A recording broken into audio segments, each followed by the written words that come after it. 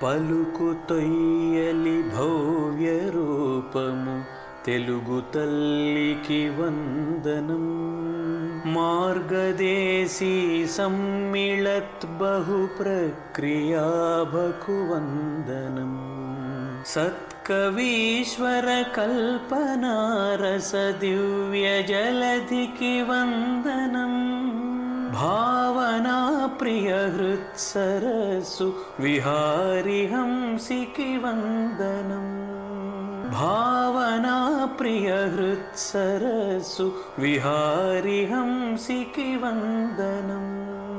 భావనా ప్రియ హృత్సరస్సు విహారి హంసికి వందనం. ఈరోజు సమీక్షించబోయే మూడవ పుస్తకం సురేష్ బాబు గారు రచించినటువంటి భావనా మంజీరాలు. ఈ భావనా మంజీరాలు పుస్తకాన్ని పి సత్యనారాయణ గారు విశ్లేషణ చేస్తారు. సత్యనారాయణ గారు, మీకు సాదర స్వాగతం.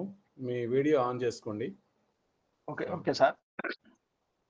ఇక్కడి నుంచి మీరు 20 నిమిషాల పాటు మీరు పుస్తక సమీక్ష చేయవచ్చు. సరేనండి. భావనా ప్రియ సాహితీ వేదిక 215 శనివారపు సాహిత్య కార్యక్రమమునకు హాజరైన శ్రీమాన్ చక్రవర్తి గురువు గారికి, ఈ కార్యక్రమ నిర్వాహకులకు మరియు ఈ అంతర్జాల సాహిత్య కార్యక్రమమునకు హాజరైన ఛాత్రులకు, కవులకు నా యొక్క నమస్కారములు తెలియజేసుకుంటున్నాను. దైవమును మనసుననే తలచుకొని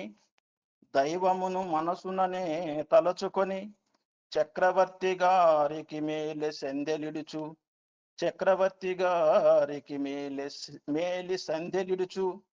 సభ్యులకు తెలుపుచు నమస్కారములను, తప్పొప్పులను మన్నించుచు దయను చూప పుస్తకమును సమీక్షించ పూనుకునేదా. ఈ పుస్తకం సమీక్షలో నేను గ్రహించినటువంటి విషయాన్ని మీ ముందుంచుతానండి. నాకు ఈరోజు కార్యక్రమం నందు పుస్తక సమీక్షగా ఇచ్చిన, నాకు నచ్చిన, భావనా ప్రియులు మెచ్చిన పుస్తకము డివి సురేష్ బాబు గారి లేఖని నుండి వెలువడిన భావనా మంజీరాలు. దీనిలో ప్రతి పద్యమునకు ఒక అంశమును శీర్షికగా నుంచనైనది. మంజీరము అనగా గజ్జె లేదా మువ్వ. భావనా మంజీరాలు అనగా భావనల యొక్క గజ్జెలు. ఈ భావనా మంజీరాలుగా వెలుగొందాలని నా యొక్క ఆకాంక్ష. ఇవి సురేష్ గారి మనసు నుండి వెలువడి, కలము కదిలి, జలపాతముగా జాలువారి, మొత్తం 109 పద్యాలుగా కలిసి పుస్తకముగా రూపుదిద్దుకున్నది. దీనిలో ముఖ్యముగా 4 అంశాలను పేర్కొనటం జరిగినది. అవి: 1, ప్రాస్తావిక పద్యాలు. ఇవి మొత్తం 68 వ్రాయటం జరిగింది. దీనిలో ఒక 2 ప్రపంచ పదులు కూడా కలిసి ఉండటం జరిగింది. అలాగే రెండవ అంశమైనటువంటి సమస్య పూరణలు. ఇవి మొత్తం ఈ యొక్క పుస్తకంలో 22 ఉన్నవండి. అలాగే తత్వపదులు 18, నిషిద్ధాక్షరి తకారము ఒక పద్యాన్ని వ్రాయటం జరిగిందండి. ఈ పుస్తకమును సురేష్ బాబు గారు వారి తల్లిదండ్రులైన కీర్తిశేషులు శ్రీ దండే వెంకట సుబ్బయ్య, శ్రీమతి నారాయణమ్మ గారులకు, వారి అత్తమామలైన కీర్తిశేషులు శ్రీ అక్కటీల కృష్ణమూర్తి, శ్రీమతి సుబ్బలక్ష్మమ్మ గారులకు అంకితముగా ఇచ్చారు. దీనిలో ముందు మాటను ముఖ్యంగా మన భావనా ప్రియలో ఉన్నటువంటి 4 కవులు రాసి ఉన్నారు. ఇందులో మొదటి వారైనటువంటి శ్రీమాన్ ఎన్సిహెచ్ చక్రవర్తి గురువు గారు అభినందనలు తెలియజేస్తూ మంచి వజ్జలు తరగతిలో ఎన్నో మరెన్నో మంచి విషయాలు కొద్దిగా కవిత్వం జోడించి చెప్దాం అనుకునే కొందరు ప్రయత్నం చేసి చిన్న చిన్న గేయాలుగాను పద్యాలుగాను మలుస్తారు. సురేష్ గారు కూడా ఆ మార్గాన్నే ఎంచుకున్నారని తెలియజేయటం జరిగింది. అదేవిధంగా శ్రీ పంతుల విట్టుబాబు గారు అభినందనలు ఇస్తూ ఈ పద్యాలు ఏ ఏ ఛందస్సుల్లో ఒదిగి ఉన్నావో తెలియజేయటం జరిగింది. వీరి పుస్తకమునకు కవర్ డిజైనర్ గారు కూడా పనిచేసినారు. అలాగే శ్రీ గనుమాల మునుస్వామి గారు తెలుగు భాష మధురమైనది, తెలుగు సాహిత్యము మధురాతి మధురమైనదని తెలుపుతూ సురేష్ గారి వృత్తి బోధన, ప్రవృత్తి సాహిత్య రచన అని పేర్కొనడం జరిగింది. అలాగే మరొక కవిగారైనటువంటి శ్రీ రేవుల శ్రీనివాసు గారు ఆత్మీయ వాక్యాలుగా ఒక ప్రక్క వృత్తిపరమైన సవాళ్ళు, మరొక ప్రక్క సాహితీ సేవ, ఇంకో ప్రక్క కుటుంబ బాధ్యతలు సమన్వయం చేస్తూ ఆనిముత్యాల వంటి పద్యాలు వ్రాసినారని పేర్కొనడం జరిగింది. దీనికి డిటిపిగా శ్రీమాన్ కంది శంకరయ్య గారు ఓరుగల్లు చేయటం జరిగింది. శ్రీ సురేష్ బాబు గారు ఈ పుస్తక రచయిత. నా మదిలోని మాట తను కవిత్వం వ్రాయటంలో సహకరించిన గురువులు, ముద్రణ వేయటంలో సహకరించిన వారిని గురించి తెలియజేశారు. ఇక కవి పరిచయానికి వచ్చినట్లయితే పేరు దండే వెంకట సురేష్ బాబు గారు, ఎంఎస్సి బిఈడి, వృత్తి పీజీటీ మ్యాథమెటిక్స్, ప్రవృత్తి సాహిత్యము. భార్య శ్రీమతి అక్కటీల యశోధర గారు, ఎంఎస్సి బిఈడి. కుమారులు DL Ram Charan BTech, DL Srivatsava BTech. ఈ పుస్తకమునందు మొదటి పద్యము చూసినట్లయితే ఈ పద్యము అరిషద్వర్గాలలో ఒకటైనటువంటి ఈర్ష్యను గురించి తెలియజేస్తుందండి. అదేమిటంటే, గెలుచువారలకు అభినందనలు తెలిపిన సంతసించెదరు విజేతలెంతగాను, వారి జయమును శంకించి బాధ పెట్ట ఈశ్వరుడైన నిన్ను మెచ్చడీర్ష్యపడినా. అంటే ఈ పద్యంలో గెలుపొందిన వారిని మనం అభినందిస్తే వారు సంతోషిస్తారు. అదే వారి జయమును శంకించి బాధ పెడితే ఈశ్వరుడు కూడా నిన్ను మెచ్చరు. ఈర్ష్య నీకు అదే ఈర్ష్య సంప్రాప్తిస్తుందని తెలియజేయటం జరిగిందండి. అదేవిధంగా మనం మూడవ పద్యాన్ని కానీ చూసినట్లయితే ఈ మూడవ పద్యమున తీరమున వేయు బొమ్మల తీసివేయు కెరటములు, తీరమున వేయు బొమ్మల తీసివేయు కెరటములు, నీట గనలేము గీత గీయ నిలువవే అక్షరములు పలక మీద, వీగిపోదు వ్రాత ఎప్పుడు కాగితమున. మనం పూర్వకాలంలో చూసినట్లయితే పూర్వకాలంలో మొత్తం కూడా ఈ చదువు అనేది వాగ్ రూపంలో ఉండేది. ఇప్పుడు మరి పుస్తక రూపంలో వచ్చి మరి అందరికీ అందుబాటులోకి రావడం జరిగింది.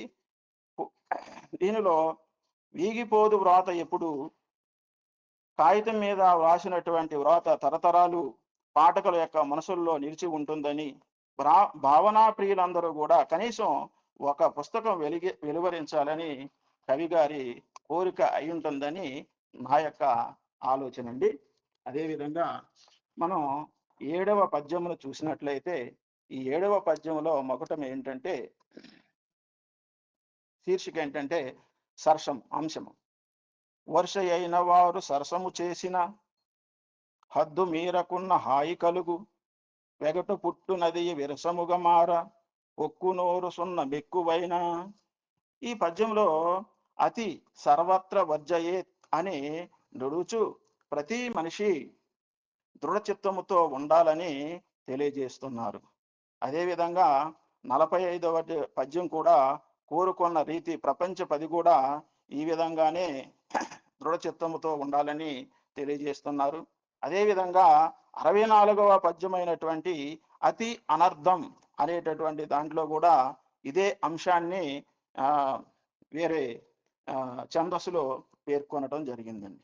ఇక మనం 9వ పద్యానికి వచ్చినట్లయితే ఈ 9వ పద్యం యొక్క శీర్షిక ఏమిటంటే ఒంటరి.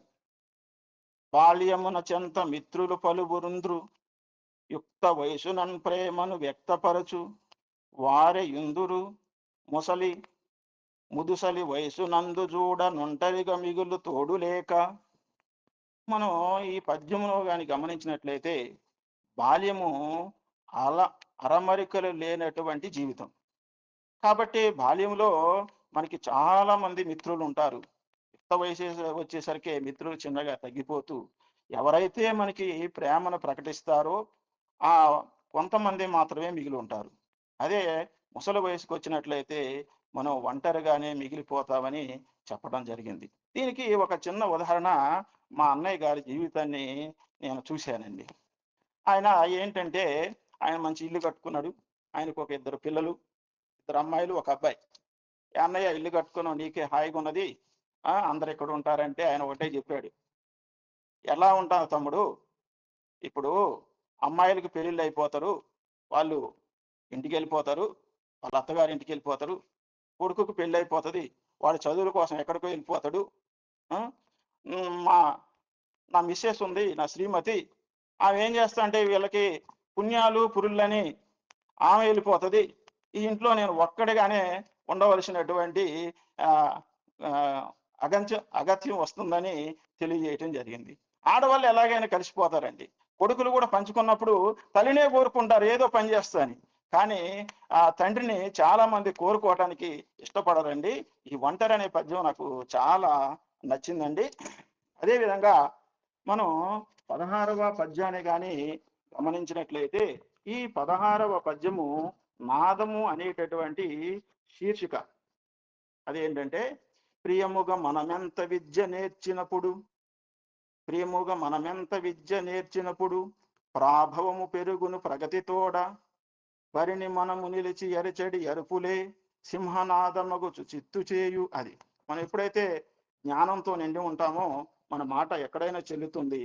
మనం మాట్లాడినటువంటి ప్రతి మాట సింహనాదమై మరి శత్రువుల్ని ఓడించగలిగేటట్టు చేస్తుందని చెప్పడం జరిగిందండి. దీనికి మంచి ఉదాహరణ శ్రీనాథుని యొక్క ప్రతిభా విశేషాలే గౌడ డిండిమ భట్టు యొక్క ఆ యొక్క గర్వాన్ని అణచటం జరిగిందండి. కాబట్టి అన్నిటికంటే ముఖ్యమైనది జ్ఞానం అని సురేష్ బాబు గారు ఈ పద్యం ద్వారా మనకి తెలియజేయటం జరుగుతుందండి. అలాగే మనం 20వ పద్యాన్ని కానీ గమనించినట్లయితే, ఇక్కడ అప్పు చేసి పప్పు కూడు అనేటటువంటి శీర్షిక కింద, అంశం కింద, గొప్పలకు బోవు మనుజుల తిప్పలు గనకడు విచిత్రముగనుండు కంటపడిన వారి వద్ద అప్పుల చేసి పప్పు కూడు మొక్కుచుండి గిల్టు నగలై మెరియుచుంద్రు.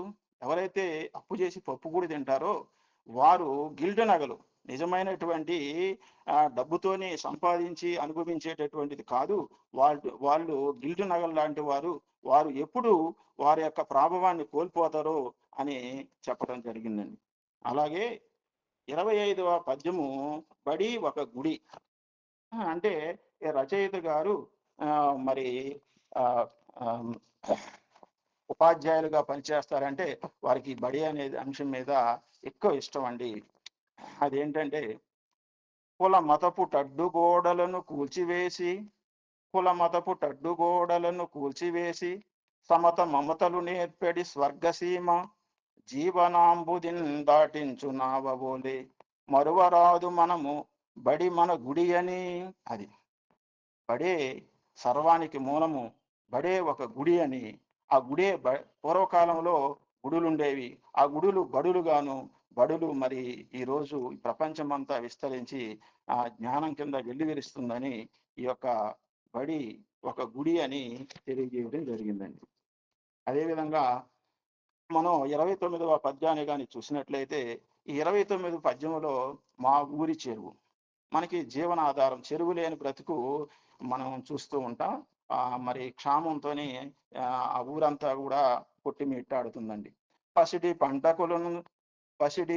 పంటలకున్ తోడు పచ్చదనము పెంచి పారవశ్యమును కలిగించుదాను పల్లె ప్రజల పాలిటి కల్పవల్లి బోలే వారి కోరికలు తీర్చు మాయూరి చెరువు. ప్రతి ఊరికి ఒక చెరువు ఉండాలి. ఆ ఊరి చెరువు ఒక కల్పవల్లిగా మరి పచ్చని పంటలు పండించడానికి అది ఎంతైనా అవసరమని ఊరి చెరువు గురించి కవి అయినటువంటి సురేష్ బాబు గారు తెలియజేస్తున్నారండి. అలాగే 31 పద్యాన్ని గాని మనం చూసినట్లయితే ఆత్మ విమర్శ అనేటటువంటి అంశం కింద రాసినటువంటి పద్యం అండి. మనిషి మనిషి ఆత్మ విమర్శతో మొసలు కొనుచు చేయు సద్విమర్శలెప్పుడు శ్రేయమగు మొసగు చేయు సద్విమర్శలెప్పుడు శ్రేయమొసగు తప్పును సరిదిద్దుకొనుట తప్పనిసరి లక్ష్యమునకు చేర్చునది లక్షణముగా. మనం ఎప్పుడైతే మనం చేసినటువంటి తప్పుల్ని సరిదిద్దుకొని మనం ప్రయాణం చేస్తూ ఉంటామో ఆ ప్రయాణంలో మనం చేరుకోవలసినటువంటి లక్షణమును లక్ష్యమును చాలా లక్ష లక్షణముగా చేరుకోవచ్చు, ఎటువంటి ఒడిదుడుకులు లేకుండాని కవి గారు తెలియజేయటం జరుగుతుందండి. అలాగే 35 పద్యాన్ని కానీ మనం గమనించినట్లయితే ఈ 35వ పద్యంలో తావిలేని పువ్వు అనేటటువంటి అంశం కింద రచయిత గారు పద్యాన్ని చెప్పడం జరిగిందండి. ప్రజల సేవమాని పాపాలకుడి గట్టి స్వార్థ చింతనలను వదలకుండా నడుచుకొనడి మనిషి నాయకుడైనచో తావిలేని పువ్వెధరణియందు. అది ఎవరైతే మరి స్వార్థ చింతనలు వదలకుండా ప్రజల సేవలను చేయకుండా ఉంటారో అటువంటి వాడు నాయకుడైతే ఆయన వలన ఎటువంటి ఉపయోగం లేదు, పనికిరాని పువ్వుతోని సమానము, వాసన లేని పువ్వుతోని సమానమని తెలియజేయడం జరుగుతుందండి. అలాగే 37వ పద్యాన్ని కానీ మనం గమనించినట్లయితే 37వ పద్యంలో ఇప్పుడు మనందరికీ బాగా అందరికీ ఎప్పుడు నాలుక మీద కదిలేటటువంటి అది లేకపోతే జీవించలేనటువంటి స్థితిలోకి వచ్చినటువంటి చరవాణి గురించి తెలియజేయటం జరిగిందండి. కొత్తములలోని జ్ఞానము చిత్తము నందుంచమని శిఖరము చేరున్ ఎత్తుకు చేరిన వారిని తొత్తుల చేసి చరవాణి తుంగన దొక్కున్. అది మనం ఎప్పుడైతే పుస్తక పఠనం పెంచుకుంటామో మనం ఉన్నత శిఖరాలు అధిరోహించవచ్చు. అలా కాకుండా చరవాణిలో కూడా జ్ఞానం ఉంటుంది, కానీ వాటితో పాటు మన యొక్క ఈ యొక్క ఆరోగ్యము తర్వాత చెడు వ్యసనాలు కూడా మరి అబ్బేటటువంటి అలవాటు మనకి అలవడుతుందని ఈ పద్యం ద్వారా తెలియజేయడం జరుగుతుందండి. అలాగే మనకి 42వ పద్యంలో అర్ధనారీశ్వరుల తత్వం గురించి తెలియజేయడం జరిగింది. చూడ చక్కని జంటను చూచినంత చిలుక గోరింకలను చూపి పలువురకును పించు పలువురకును పాలు నీళ్లుగా కలిసి జీవనము చేయ అర్ధనారీశ్వరుల తత్వం అనేదరంతా. అది అంటే చిలక గోరింకల్లాగా భార్యాభర్తలు కలిసి ఉంటే పాలు నీళ్ళలాగా కలిసి జీవనం చేస్తే అర్ధనారీశ్వరులాగా వెలుగొందుతారని ఈ యొక్క పద్యంలో తెలియజేయడం జరిగిందండి. అలాగే మనము 44వ పద్యము సమ్మేటపోటు. ఇది మనం చాలా మంది అనుభవించే ఉంటారు. మనం చిన్నప్పుడు చక్కగా హాయిగా ఉంటాం జీవితంలో. తర్వాత ఎప్పుడైతే పాఠశాలలో ప్రవేశిస్తామో మనం పాఠశాలలో కూడా చదువు చక్కగా కొనసాగుతుంది, ఎటువంటి బాధలు ఇబ్బందులు ఉండవు. కానీ ఎప్పుడైతే మన యొక్క చదువు అయిపోతుందో వెంటనే ఉద్యోగం వస్తే హాయిగా ఉంటుంది, ఆ ఉద్యోగాన్ని చేసుకుంటాం. ఉద్యోగం రాకపోతే ఇంట్లో బాధలు ఏ విధంగా ఉంటాయో సమ్మేట పోటుతోని ఇక్కడ కవి గారు పోల్చడం జరిగిందండి. అదేంటంటే చదివిన చదువుకు తగిన పదవి రాక యువత కృంగుచుండగా నింట చవటలనుచు మాటల జడితో దూషించ మదన పడుచు దాన్ని సమ్మేటపోటుగా తలచినారు. అది సమ్మేటపోటయి మన తలసి చాలా మంది యువకులు వారు మరి ఆత్మహత్యలు కూడా చేసుకున్నటువంటి సంఘటనలు ఈరోజు మనం సమాజంలో చూస్తున్నామని కవి గారైనటువంటి సురేష్ గారు తెలియజేయడం జరిగిందండి.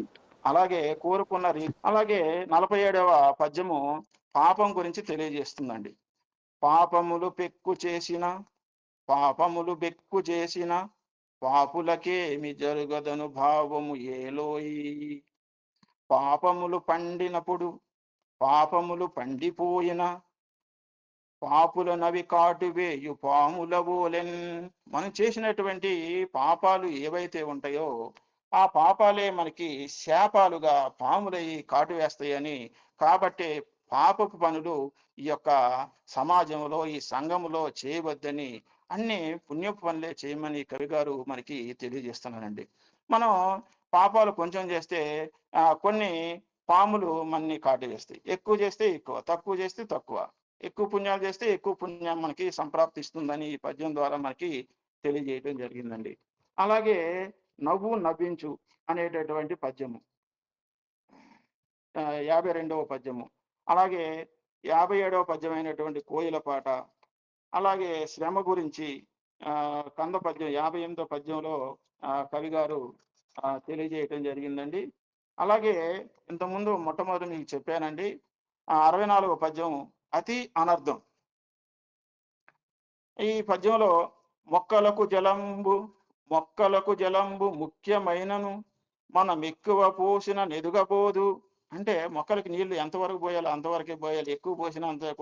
ఎక్కువ పోసినంత మాత్రాన అది ఎదగదు. పిల్లలైనా సరే నెమ్మదిగా ఎదగాలి, కానీ ఒక్కసారే మనం ఎదగాలని కుండలు తెచ్చి పెడితే వాళ్ళు లావు అవుతారు కానీ పైకి పెరగరని ఈ పద్యం ద్వారా మనం తెలుసుకోవచ్చండి.